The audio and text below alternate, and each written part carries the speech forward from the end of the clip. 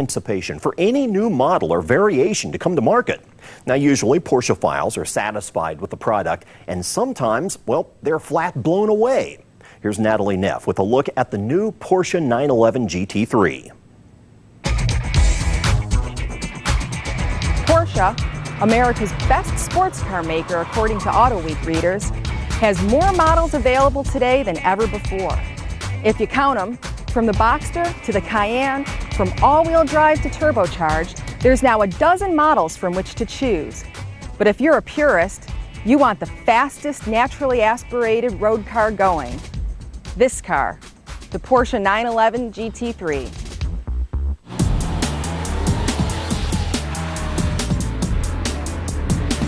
This is not a car that is hard to drive, and it's a car that's relatively comfortable to drive. It's kind of like, you know, the Superman, you know, Clark Kent and Superman.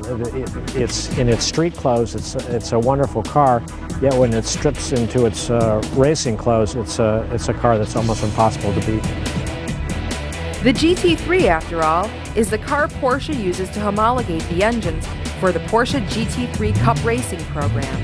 And it's easy to see the racing touches in the second-generation version. Just check out that rear wing. It's not just there for show. It transfers an enormous amount of downforce to the car for serious cornering ability and high-speed stability.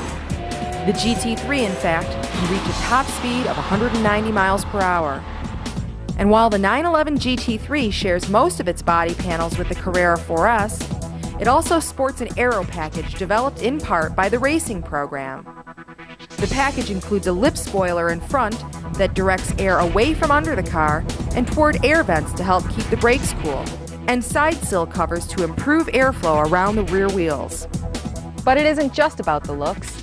Porsche made sure the GT3 has the creds to back up its racy looks by reducing weight wherever it could, to giving its 3.6-liter Boxster engine some serious punch.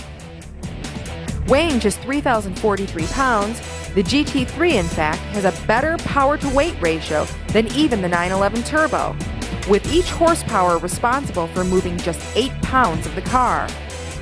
To help achieve such a drastic weight loss, the GT3 features lightweight 18-inch wheels and, unlike its 911 brethren, only 2 seats.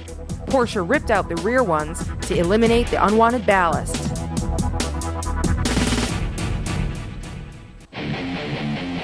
But Porsche didn't stop there.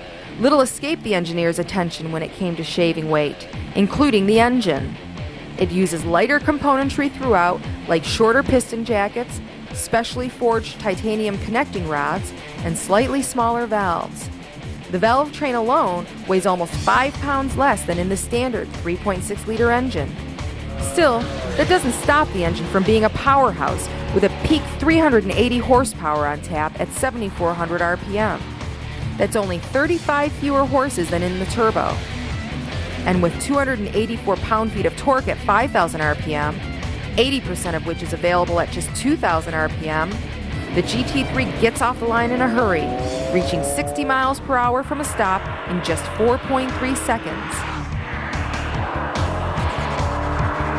Many of the same weight-saving aspects of the engine are responsible for boosting the engine's peak horsepower, with a reduction in moving masses allowing the engine to spin more freely. But Porsche also gave the 3.6-liter higher valve lift, the latest in variable cam technology, and an intake manifold with dual-length runners. The 911 GT3 also gets bigger brakes, bigger than even the turbos, with 13.78-inch vented and cross-drilled discs and 6-piston calipers up front. Porsche even makes available the ceramic composite brakes found standard on the GT2 for serious braking power and a 40-pound reduction in unsprung weight. But for the purist, and if you're shopping this car, that's what you are, behind these calipers you'll find the only electronic control system Porsche put on the car: anti-lock brakes. That's right, there's no Porsche stability management system, no traction control, no electronic brake force distribution or brake assist to come between you and the road. Of course, a few of you purists out there might have a problem with a few of the GT3's standard features. It comes with power windows and locks, air conditioning, and a stereo with an in-dash CD player. So the car's not a true stripper, but it comes pretty close. Americans never got a chance to get their hands on the original GT3, launched in 1999. But thankfully for enthusiasts on this side of the pond, as of this June, Porsche has finally made the second generation of this purebred sports car available. Unfortunately, Porsche is only making 750 of them. But if you're a driving purist and have $99,900 burning a hole in your pocket, check out the GT3. You won't be disappointed. For AutoWeek, this is Natalie Neff. Don't go